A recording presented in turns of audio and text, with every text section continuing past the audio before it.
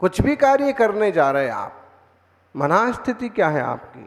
और सच कहें तो कार्य की सफलता आपकी मना स्थिति पर बहुत ज़्यादा निर्भर करती है। पूरे मन से पुरुषार्थ करेंगे तो कार्य में सफलता के 99% चांस हैं, लेकिन बिना मन के करेंगे तो सब लोग नारियल चढ़ा रहे तो अपने को भी चढ़ाना तो पड़ेगा, लोग क्या बोलेंगे। तो ऐसा किस किस ने किया होगा। एक बड़ी मज़ेदार बात है कि गुरु महाराज का इंदौर चतुर्मास हुआ, तो इंदौर चतुर्मास के बीच में कोई असुविधा टाइप की पैदा हुई, तो उनने जो वरिष्ठ थे जिनको स्पेशल रूप से श्रीफल के लिए लाया गया था, तो उनको बुलवाया कि भाई उनको बुलाओ, अभी बात बताएं कि इस चीज़ कैसे संभाली जाए, इसका रास्ता क्या है। तो उनको बुलाया, नाम तो हमको पता है, बोलेंगे नहीं, आज वो इस धरती पर भी नहीं है। तो उनको बुलाया, तो उनको कहा कि देखिए साहब, जो है ये सारी स्थितियां ऐसी हैं और अभी बात इस टाइप का एक, तो अब इसको क्या किया जाए, इस पर आपको ध्यान देना चाहिए और आपको इस पर काम करना चाहिए। तो बोले कि इसमें मैं क्या कर सकता हूँ। तो उनको साथ वालों ने कहा कि आपने भी तो नारियल चढ़ा था। तो बोले कि मैंने कहाँ चढ़ाया था। सब ने कहा आप भी तो थे आगे। उनने कहा लोगों ने मुझे नारियल पकड़ा दिया तो मैंने सबके साथ फॉर्मेलिटी कर दी। समझना, आप भाव समझना इसका। अगर मना स्थिति नहीं है तो आप छोटा सी काम नहीं संभाल पाएंगे, और मना स्थिति है तो आप बड़े काम को करने में भी सक्षम हो जाएंगे। आप इसे सिर्फ नारियल से मत जोड़िए, आप इसे किसी व्यापारिक, किसी दूसरे तरह से भी जोड़ सकते हैं। पिताजी ने कहा कि जाओ आज दुकान संभालो या ये काम देख लो, पूरे मन से गए हैं तो आप कुछ और रिजल्ट लेके आएंगे, और बेमन के गए हैं तो क्या, कोई आए नहीं दुकान पर, मैं तो क्या करता था, मैं तो बैठा रहा। होते हैं मोबाइल खेलते रहते हैं और शाम को कहते कि कोई आ ही नहीं ग्राहक। तो मोबाइल पर बिजी हो, कोई क्यों आएगा तुम्हारी दुकान में। एक सेल्समैन के लिए एक अलर्ट होना चाहिए, इस चेहरे पर एक मुस्कान होना चाहिए, ग्राहकों के प्रति अपनापन दिखाना चाहिए, तो जाके कुछ होगा।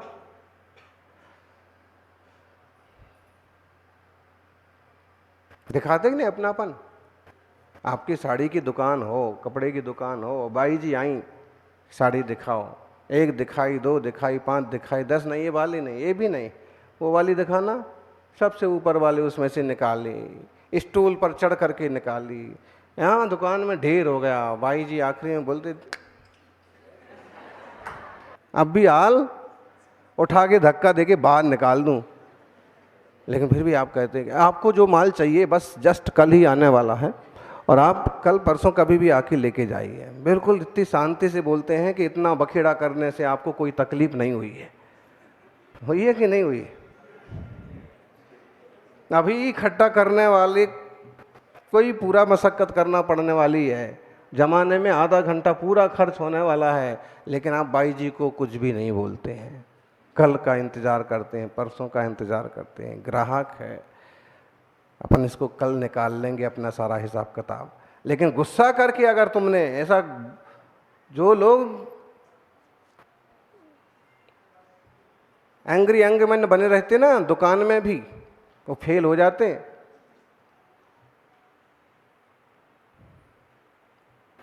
तो कार्य के पहले आप अपनी मनस्थिति नापो। और सहाया पुब्ब सा शक्ति, सहायकों से पहले अपनी शक्ति को परख लो। हैं, मेरी तो सांसद से पहचान है, मेरी तो मंत्री से पहचान है, और मेरी तो इंस्पेक्टर से पहचान है। पहचान अपनी जगह है, तुम्हारी अपनी शक्ति क्या है। किसी ऐसे अरे गहरे से तुम भिड़ गए दूसरे के भरोसे, मालूम पड़ा सामने वाले ने अपने हाथ खींच लिए और तुम्हारी हो गई पूजा। तो कुछ करने के पहले स्वशक्ति देख लो कि अपनी शक्ति कितनी है। सामने वाले अगर सहयोग ना देंगे तो भी हम सक्षम हैं। सक्षम बनो। सहाया पुब सशक्ति, सहायकों के पहले सशक्ति देख लो। किसी भी मामले में आप विचार करो, मेरे काका जी सहायता कर देंगे, मेरे मामा जी कर देंगे, वो अपनी जगह कर देंगे, लेकिन कर ही देंगे। एंड टाइम पर अगर वो नट गए तो आपकी खुद की इतनी शक्ति हो कि जो चीज़ आपने माथे ली है उसे आप निभा सके, किसी और को दोष देने की, किसी के आगे भीख मांगने की जरूरत ना पड़े। पासे जंती मणि सणो, इस तरह की प्रवृत्ति बुद्धिमान लोगों की होती है। कैसी? सबसे पहले तो भग्गा दो पुब पौरुषम, भाग्य के पहले पुरुषार्थ। आज का पुरुषार्थ ही कल का भाग्य बनता है। फिर कहा जाता है कि भाग्य से ज़्यादा और समय से पहले किसी को कुछ नहीं मिलता। अगर आपके पालने में ही कुछ नहीं है तो मिलेगा भी क्या? भाग्य और पुरुषार्थ में बड़ा कौन है जी? एक सिक्के के दो पहलू हैं। एक छोटा सा उदाहरण हमने एक दिन और आपको बताया था कि मान लीजिए बैंक के लॉकर में आपके 1 करोड़ रुपए रखे हैं। कितने? कम भी हो सकते, ज़्यादा भी हो सकते। उदाहरण के लिए मान लो, या समझ लीजिए 10 किलो सोना रखा है। कितना रखा है? मान लो। अब आप चाहते कि लॉकर में से रुपया या सोना बाहर निकाला जाए और खाली पहुंच गए, चाबी घर पर रखी है और बैंक में जाके बैठे हैं, सुबह से शाम तक रुपया निकल आएगा? बैंक वाला कहेगा भाई बैंक की चाबी तो बैंक के पास है, लॉकर की 2 चाबी होती हैं, एक तुम्हारे पास और एक बैंक के पास, तो ये तो चाबी है यहाँ की, तुम्हारी कहाँ है? अरे मेरी तो घर पर रखी है। तो घर की चाबी लाओ। अगले दिन गए और अपनी चाबी लेके गए, मालूम पड़ा जिस ऑफिसर के पास बैंक की चाबी थी वो उपस्थित नहीं है। निकल आएगा? नहीं निकलेगा। कब निकलेगा लॉकर का पैसा? बस इसी तरह से भाग्य पुरुषार्थ के लिए समझो कि जब दोनों चाबी लगती हैं तब जाकर के किस्मत का ताला खुलता है और जीवन समृद्ध होता है। एक भाग्य की चाबी है, दूसरी पुरुषार्थ की चाबी है। दोनों चाबियां जरूरी है। भाग्य के पहले पुरुषार्थ कर लो, कार्य के पहले अपनी मना स्थिति समझ लो, और सहायकों के पहले खुद की शक्ति देख लो। ऐसा करने वाले बुद्धिमान लोग सफलता पाते हैं। भाग्यवादियों को सिर्फ उतना मिलता है जो पुरुषार्थवादियों से छूट जाता है। और इसको ऐसे समझो कि जैसे आपके पास एक गाय है, गिर गाय,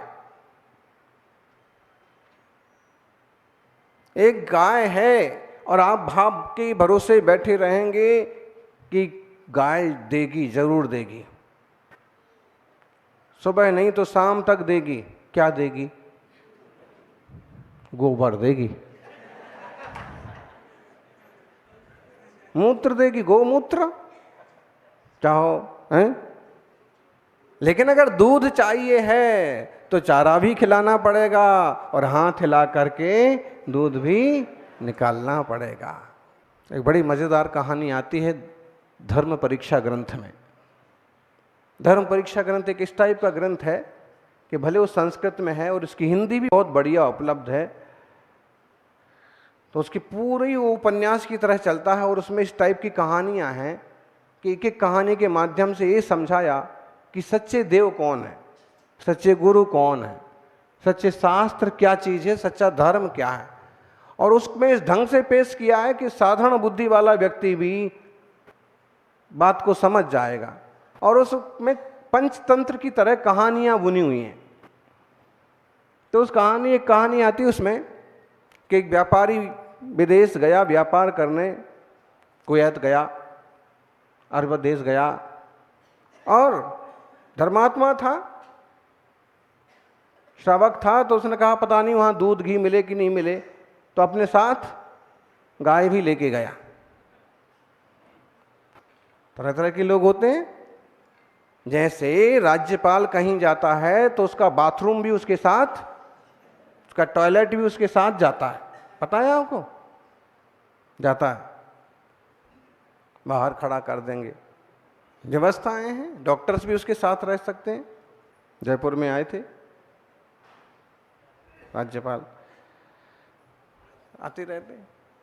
तो इस टाइप के जो लोग होते हैं उनके साथ ऐसे छोटी मोटी सारी व्यवस्थाएं। ऐसे ही जो धर्मात्मा श्रावक होते हैं, वरिष्ठ श्रावक, गरिष्ठ श्रावक होते हैं, वो भी कुछ व्यवस्थाएं लेके चलते हैं। जैसे कि विदेश की जहाज से यात्रा करके धन कमाने वाले श्रावकों के बारे में आता है कि अपने साथ छोटा सा चैत्यालय और रत्नों की मूर्ति या कोई सुंदर सा जिनबिंब अपने साथ रखते थे, और फिर वह ला करके, अब जैसे मूड़ बिद्री के जो मंदिर हैं और जो मूल मंदिर जिसमें रत्नों की प्रतिमाएं हैं, उनके बारे में तो ये बात है कि जो रत्नों की बेशकीमती प्रतिमाएं हैं वो उन श्रावकों की है जो विदेश यात्रा पर गए और इन्हें लेके गए, बाद में सफल व्यापार करके आए और भगवान को मंदिर में गिफ्ट कर दिया, विराजमान कर दिया, भट्टारक जी को सौंप दिया। तो वो सेठ जी साथ में गाय लेके गए, व्यापार किया, व्यापार के निमित्त से गए। अब राजा को कैसे खुश करें? कुछ हीरे मोती दिए, राजा खुश हो गए, कर सकते हो व्यापार। अगले दिन फिर राजा के पास गए तो उन्होंने सोचा क्यों ना, यहाँ तो विदेश में, यहाँ अरब में कोई गाय वगैरह तो दिखती नहीं, शायद यहाँ दूध वगैरह नहीं होता। वो अपनी गाय का दूध लेके गए और दूध पी करके राजा बादशाह खुश हो गए।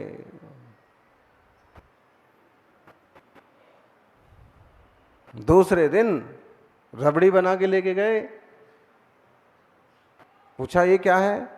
तो ये हमारे पास गाय है। गाय क्या चीज होती है? तो फिर कहा कामधेनु, कल्प वृक्ष, और समझाया, जो समझते थे उतना वो समझ गए कि हाँ। अगले दिन रबड़ी का आम पाक बना दिया, अगले दिन मावा बना दिया, मावे की मिठाई बना दी। किस किस को आता है मावे की मिठाई बनाना? नहीं आता किसी को? आता है ना, बहुत बढ़िया। चावल देखो, चावल डाल दो तो खीर बन जाती है।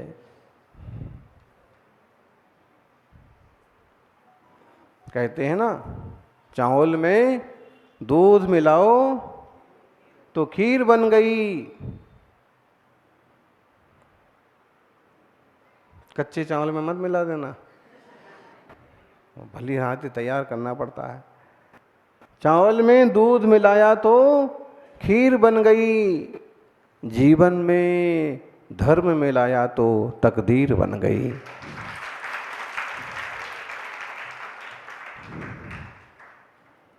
जीवन में धर्म ध्यान मिलाया तो तकदीर बन गई। राजा ने खीर भी खाई, राजा ने श्रीखंड भी खाया।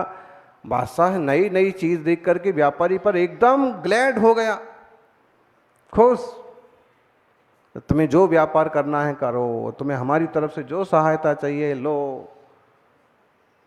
काफी व्यापार करने के बाद, काफी कमाई करने के बाद उसने कहा अब घर जाएंगे। आज्ञा लेने के लिए गया कि आप मुझे आज्ञा दें। ठीक है, आप खुश हैं, आप जा सकते हैं, लेकिन हम चाहते हैं कि आप जिस कल्प वृक्ष से इतने मीठे मीठे फल लाते थे वो हमें दे के जाइए। व्यापारी ने सोचा कि हाँ, तो करोड़ों का व्यापार हो गया, 1000 10,000 की गाय दे करके जाने में क्या तकलीफ है, दोस्ती बनी रहेगी, फिर काम आएगा। उसने कहा ठीक है, आप हमारे डेरे से मंगवा लीजिए। और उन्होंने गाय भेज दी, 4 आदमी उसकी सेवा में रख दिए। और राजा ने कहा कि बादशाह ने कहा कि देखो, जब भी इसका कोई फल निकले ना तो लेकर के सीधा मेरे पास लाना।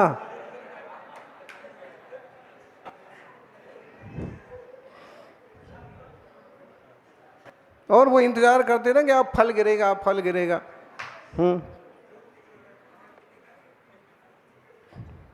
थोड़ी देर में गाय को लघु शंका हुई, तो उनने जल्दी जल्दी, और जो बर्तन वगैरह थे, बाल्टी थी,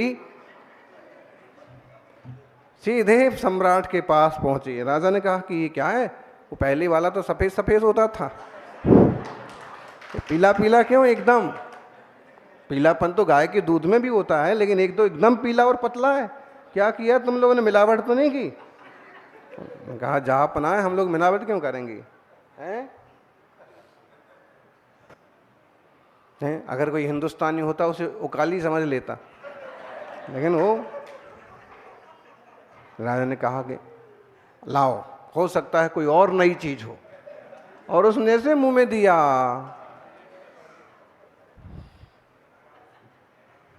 एकदम कड़वा कड़वा होता है, थू थू करने लगा। यार बोले व्यापारी ने हमारे साथ धोखा किया,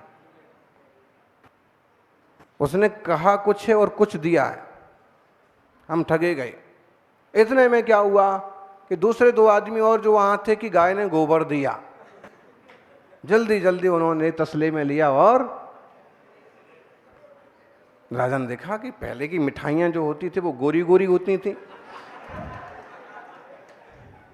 मतलब सफेदी पर, पीलेपन पर अच्छी दिखने वाली, और अब ये काली काली गोबर। मतलब गोबर तो समझ नहीं रहे ना, ये कैसी मिठाई है एकदम। लाओ अब, लेकिन इसमें जो निकल रही है भाप तो इसमें भी निकल रही है। धर्म परीक्षा पढ़िएगा आप लोग, बड़ा यानी छोटे बच्चों को भी उसमें शिक्षाप्रद बातें, तो उसमें भाप भी निकल रही है, डिजाइन भी अच्छी दिख रही है, साइज भी पहले की अपेक्षा। लाओ चख के देखें, और जैसे मुंह में दिया तो गोबर होता है, कड़वा जैसा होता है, गंदा होता है, थू थू करने लगा, गुस्से में आ गया, पक्का हमारे साथ विश्वासघात हुआ है। तुरंत सैनिकों को दौड़ा जाए, जाओ, और अगर उसकी जहाज लद गए होंगे, वो रवाना होने वाला होगा, समुद्र में से कैसे भी उसको खींच करके वापस लाओ। सैनिक भागे भागे गए, सेठ जी बस चढ़ने को तैयार थे कि उन्हें आवाज लगाई, ठहरो। ठहर गए, बात क्या है? बोले कि सम्राट ने बुलाया है, आपने धोखा किया है। उन्होंने कहा क्या धोखा किया साहब? और जाए पहुंचे तो राजा तो आग बबूला, तुमने धोखा किया है, हम तुम्हारा सारा माल लुटवा देंगे। उन्होंने कहा महाराज बात क्या है? बोले हमने कहा था कि वो तुम्हारा कल वृक्ष हमें दे के जाओ, दिया तो ये तो है